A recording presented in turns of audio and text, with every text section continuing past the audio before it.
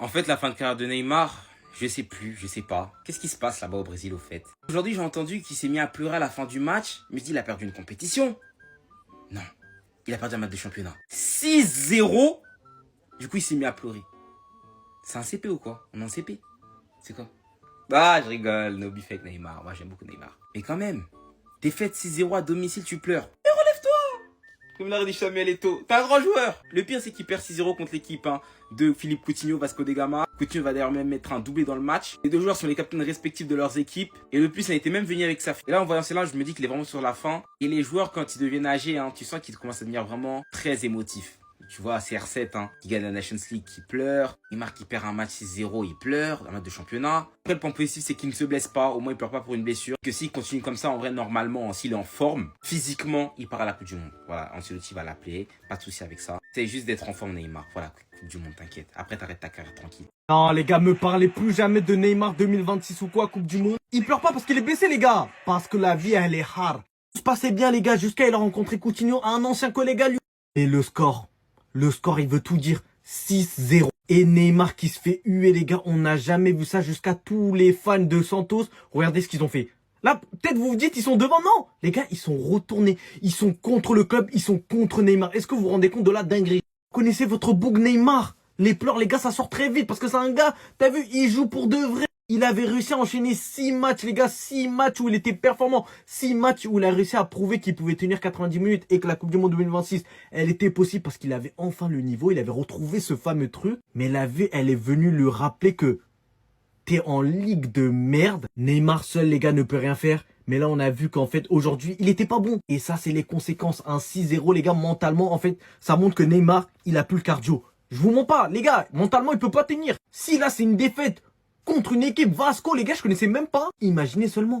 Le Ney, j'allais dormir. Ça devait pas se terminer comme ça. On le sait tous, ta carrière ne devait pas se destiner à pleurer pour une défaite 6-0. Il a perdu 6-0 contre Vasco da Gama, le club de Coutinho. Décidément, t'aimes bien faire aux anciens Barcelonais, toi.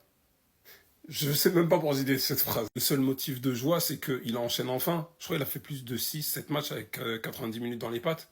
Enfin, depuis quelques années. Tout avait bien commencé. Il présentait son maillot pour son 250e match. On parle d'un mec qui, à mon âge, je me rappelle, faisait des défrisages pour avoir la même crête que lui. Tout était écrit dans le sens où aussi, après sa Coupe du Monde des clubs, face à Messi, il devait venir. C'était lui le successeur de Messi. En vrai, tu te dis que Messi aurait joué dans la même période, oui, mais là, il a 38 ans. Neymar en a 33. Donc il aurait eu quelques années avec la Yamal et même Messi en fin de carrière et tout. L'histoire aurait été tellement belle. Mais bon, c'est pas fini comme ça. T'es parti au PSG et moi, j'en ai jamais voulu au Paris Saint-Germain d'avoir recruté Neymar. C'est lui qui est parti, c'est lui qui a dit oui. On n'est pas un NBA où ça force des trades, machin bidule. Ça, qu'on soit d'accord là-dessus. Et j'ai toujours dit ça. Après ça, pour satisfaire Mbappé, ils t'ont envoyé en Arabie Saoudite. Bon, après, il y a eu les blessures et bon, quelquefois... Hein, bon, c'était une histoire d'amour un peu compliquée entre le PSG et Neymar, faut avouer. Mais bon. Aujourd'hui, tu pleures pour une défaite 6-0 sans être sûr d'aller à la Coupe du Monde. Le seul point positif, encore une fois, c'est qu'il a récupéré sa santé parce que c'est la première fois depuis pas mal d'années qu'il a enchaîné plus de 6-7 matchs sans se blesser. 90 minutes. Da Silva, Santos Junior, Neymar. Les gars, Neymar, il est en train de prendre un bouillon à domicile. 6-0 face à l'équipe de Coutinho qui, lui, a mis un doublé. Neymar, qu'est-ce qu'il a fait? Un petit carton, comme d'hab. Je pense qu'il a dû contester. J'ai pas vu, mais à 80%, c'est une contestation. Bref, votre Neymar, là, il va craquer. Il va craquer, il en peut plus. Faut qu'il arrête de jouer au foot. Ça fait mal de dire ça parce que, voilà, on aurait tous voulu plus de sa part. Mais il faut qu'il arrête. Il se fait du mal, il salit son image. C'est pas possible. 6-0, les gars, à domicile. Tu fais pas un truc. À part bouder, là, il va rien faire. Les gars, franchement, faut qu'il arrête. Il y en a plein qui pensent qu'il peut ramener la Coupe du Monde au Brésil en 2026, mais il faut arrêter de rêver trop grand, les gars. En plus, l'histoire, elle était censée être belle aujourd'hui. Santos contre Vasco da Gama, Neymar petit, Coutinho petit, qui se retrouve aujourd'hui en trentenaire et en homme expérimenté, en légende du foot brésilien même, parce que ça reste de légende, même si Neymar c'est une plus grosse légende que Coutinho. Mais au final, ça finit en film d'horreur pour lui. La boucle, elle était belle, l'histoire était belle, mais là...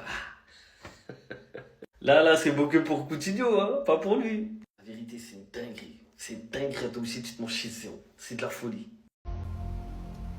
Vous savez pourquoi Neymar est en pleurs? Et pourquoi il est rentré complètement effondré dans les vestiaires? Eh ben les amis, dites-vous qu'aujourd'hui le Santos de Neymar a affronté le Vasco de Coutinho, deux anciens gros joueurs qui ont fait un très beau passage en Europe qui se retrouvent. Et surtout que cette image rappelle une autre beaucoup plus ancienne. Par coup du destin, les deux se retrouvent en fin de carrière dans leur club formateur. Lorsqu'ils étaient petits, ils ont pris cette photo ensemble, ils étaient déjà amis. Et aujourd'hui, ils se sont affrontés, il y en a un qui a terminé en pleurs. Et c'était Neymar malheureusement. Vous allez me demander pourquoi? Tout simplement parce que le match s'est soldé sur un score de 6-0 les amis. Avec un doublé de Coutinho en plus de ça, Neymar s'est senti totalement impuissant. Lui qui a célébré avec les supporters son 250e match avec Santos. Malheureusement, le score était tellement lourd qu'il n'a pas réussi à se retenir. Pour vous dire, même les supporters avaient honte de regarder le reste du match. Comme on le voit à l'image, les supporters se sont tous retournés et Neymar lui a décidé de très vite rentrer dans les vestiaires tout seul. Il était en pleurs. Le pire c'est qu'au moment où je vous parle, ils sont actuellement 15e et Vasco qui les a tapés 6-0 était juste derrière eux. Même avec cette victoire là, ils passent pas devant Santos. On pensait tous que le retour de Neymar allait énormément les aider, ce qui est le cas. Mais force est de constater que ça suffit pas. Ça fait tellement mal de voir ces images. Surtout lorsqu'on voit ses anciens coéquipiers du Barça du côté de l'Inter Miami se régaler. La nuit dernière, Lionel Messi a pondu une masterclass, un but et une passe décisive. Luis Suarez a été auteur d'un but sur une passe décisive de Lionel Messi. Et même Jordi Alba est en pétard en ce moment.